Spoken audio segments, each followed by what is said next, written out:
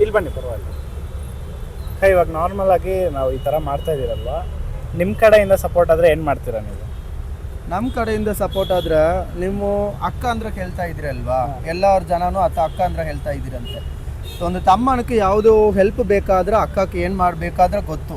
ನಿಮ್ಗೆ ಯಾವ್ದು ಸಪೋರ್ಟ್ ಮಾಡಾದ್ರೆ ಒಳ್ಳೆ ಒಂದು ರೀಸನ್ ಇರಬೇಕು. ಇದರ ಅಕ್ಕ ಯಾವಾಗಲೂ ನಿಮ್ಗೆ ಯಾವ್ದು ಕಷ್ಟ ಇದ್ರೂ ಸಪೋರ್ಟ್ ಮಾಡ್ತಾವಳೆ, ಯಾವ ಕಷ್ಟ ಆಗಿದ್ರೂ ಸಪೋರ್ಟ್ ಮಾಡ್ತಾವ್ರೆ.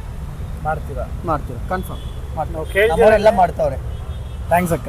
ಇನ್ನೊಂದು ನಾವು ಕೇಳಿ ಏನಾದ್ರ ನಮ್ಮ ಫ್ಯಾಮಿಲಿ ಎಲ್ಲ ಬಿಟ್ಟು ಬರ್ತಾ ಇದೆಯಲ್ವಾ, ಅವ್ರ ಫ್ಯಾಮಿಲಿ ಅಕ್ಸೆಪ್ಟ್ ಮಾಡಿಲ್ಲಾದ್ರೆ ಇಲ್ಲಿ ಬರ್ತಾ ಇದೆಯಂತೆ.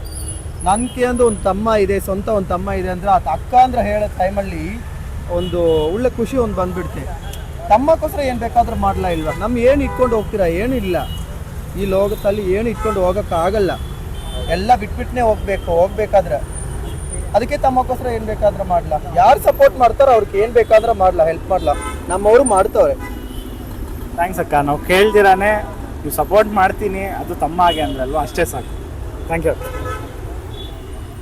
Thank you.